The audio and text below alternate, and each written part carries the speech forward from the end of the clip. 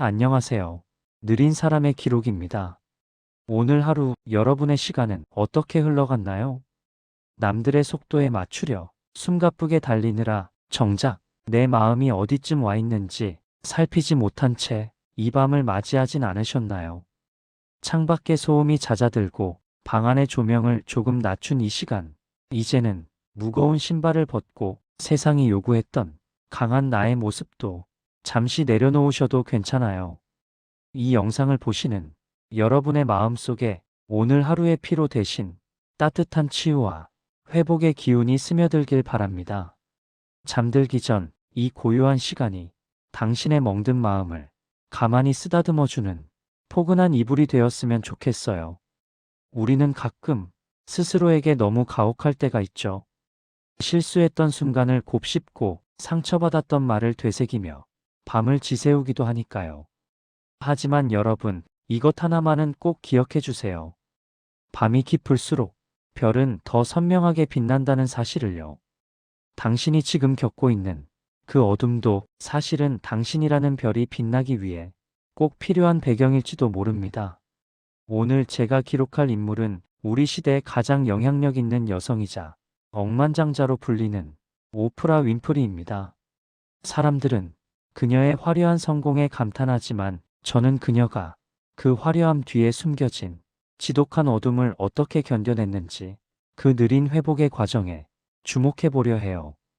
그녀의 이름 앞에는 수많은 수식어가 붙지만 사실 그 안에는 우리보다 훨씬 더 깊고 아픈 상처를 가진 채 울고 있던 한 소녀가 서 있거든요. 그녀는 이렇게 말합니다. 당신의 상처를 지혜로 바꾸십시오. 자, 이제 편안하게 눈을 감으셔도 좋습니다. 지독했던 상처가 어떻게 전 세계인의 마음을 비추는 별이 되었는지 오프라 윈프리의 느리고도 단단한 치유의 기록 지금 바로 시작할게요. 시간을 되돌려 1954년 미국 미시시피의 어느 외딴 시골 마을로 가봅니다. 그곳에는 축복이라는 단어조차 허락되지 않은 채 태어난 한 아이가 있었습니다. 부모의 따뜻한 보살핌 대신 차가운 가난이 먼저 아이를 맞이했죠. 할머니 손에서 자라야 했던 어린 소녀 오프라. 집에는 돈이 없었어요. 그래서 소녀는 감자 자루를 오려 만든 거친 옷을 입고 학교에 가야 했습니다. 제 옷 좀 봐. 감자 자루를 입고 왔어. 친구들의 비웃음, 쏟아지는 차가운 시선들. 어린 소녀가 감당하기엔 세상의 문턱은 너무나 높고 날카로웠을 겁니다. 하지만 비극은 여기서 멈추지 않았어요. 6살이 되던 해 어머니가 있는 도시로 보내졌지만 그곳은 더 춥고 외로웠죠. 그리고 9살, 가장 사랑받아야 할 그 나이에 소녀는 지옥을 만납니다. 믿었던 친척, 그리고 주변 남자들에게 지울 수 없는 끔찍한 성적 학대를 당하기 시작한 거예요. 9살의 아이가 무엇을 할 수 있었을까요? 공포에 질려 아무 말도 하지 못한 채 그저 숨죽여 울어야만 했습니다. 그렇게 상처는 골마갔고 소녀는 엇나가기 시작했죠. 반항하고 가출하고 스스로를 망가뜨리며 비명을 질렀습니다. 그리고 14살, 비극의 정점이 찾아옵니다. 원치 않는 임신을 하게 된 것이죠. 14살 소녀가 감당하기엔 너무나 가혹한 형벌 같지 않나요? 그렇게 태어난 아기. 하지만 그 작은 생명마저 태어난 지 2주 만에 소녀의 품 안에서 차갑게 식어버렸습니다. 한번 상상해 보시겠어요?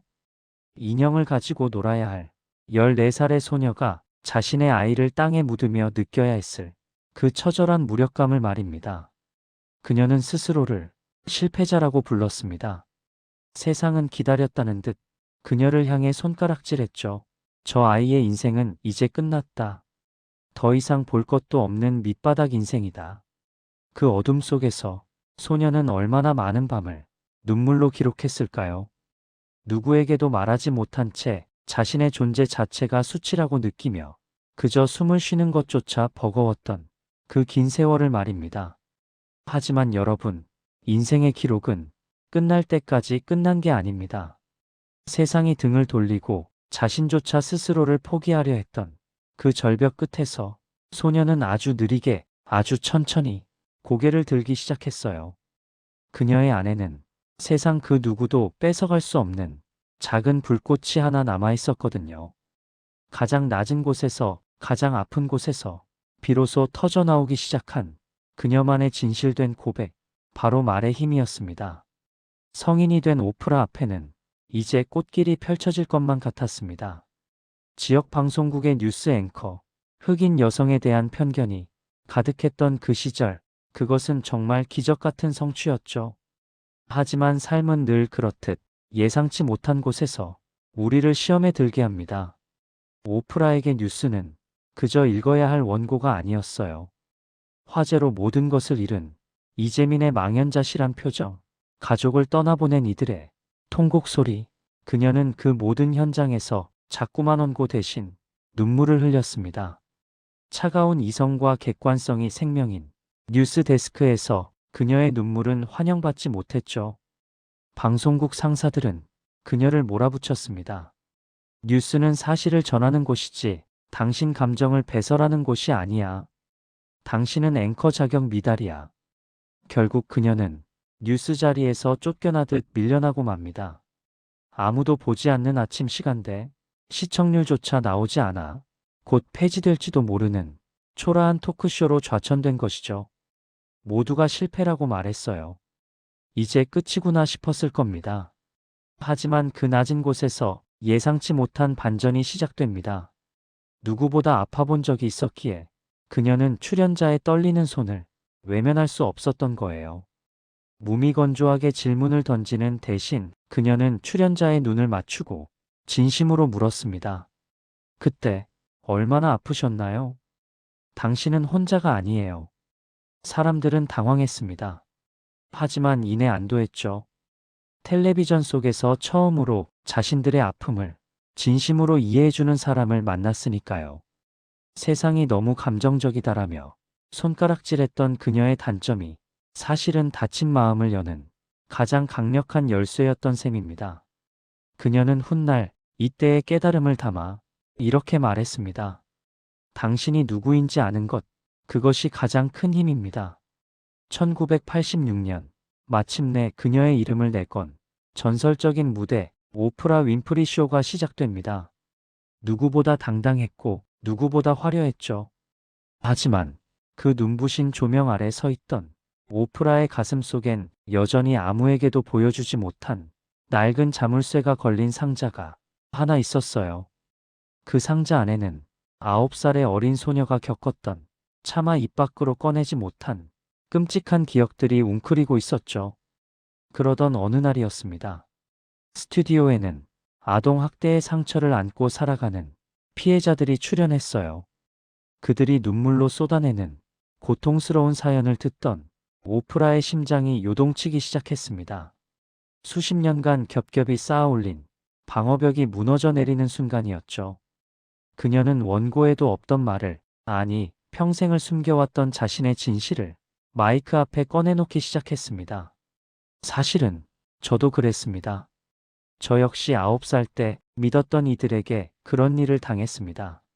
그 순간 거대한 스튜디오는 깊은 바닷속 같은 정적에 휩싸였습니다. 전 미국이 충격에 빠졌죠. 가장 성공한 여성이 가장 부끄러운 상처라고 여겼던 과거를 스스로 드러낸 것이니까요. 하지만 그 고백은 비난이 아닌 거대한 치유의 파도가 되어 돌아왔습니다. 나만 그런 일을 당한 게 아니었구나. 저렇게 빛나는 사람도 나와 같은 아픔을 겪었구나. 수많은 피해자의 다친 마음이 녹아내리기 시작한 겁니다. 그녀는 훗날 그날의 떨림을 기억하며 이렇게 회상했습니다. 내가 나의 진실을 말할 때 나는 비로소 자유로워졌습니다.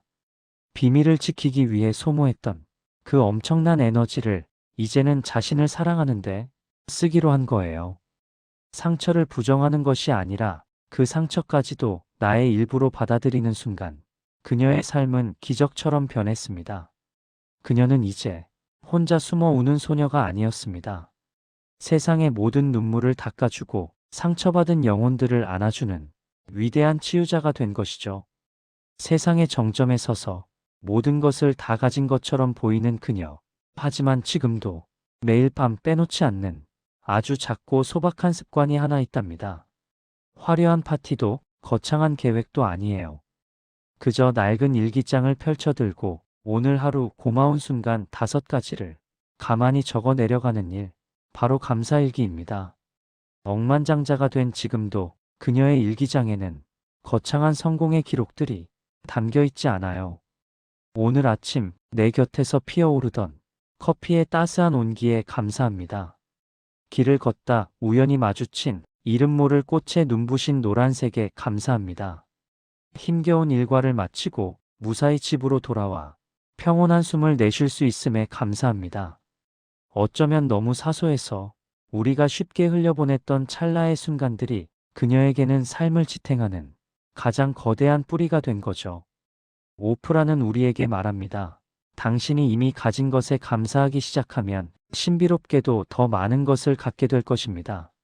하지만 갖지 못한 것에만 집중한다면 당신은 영원히 충분함을 느끼지 못할 것입니다. 오프라 윈프리가 증명한 성공의 비밀은 생각보다 훨씬 더 느리고 고요한 곳에 있었던 거예요.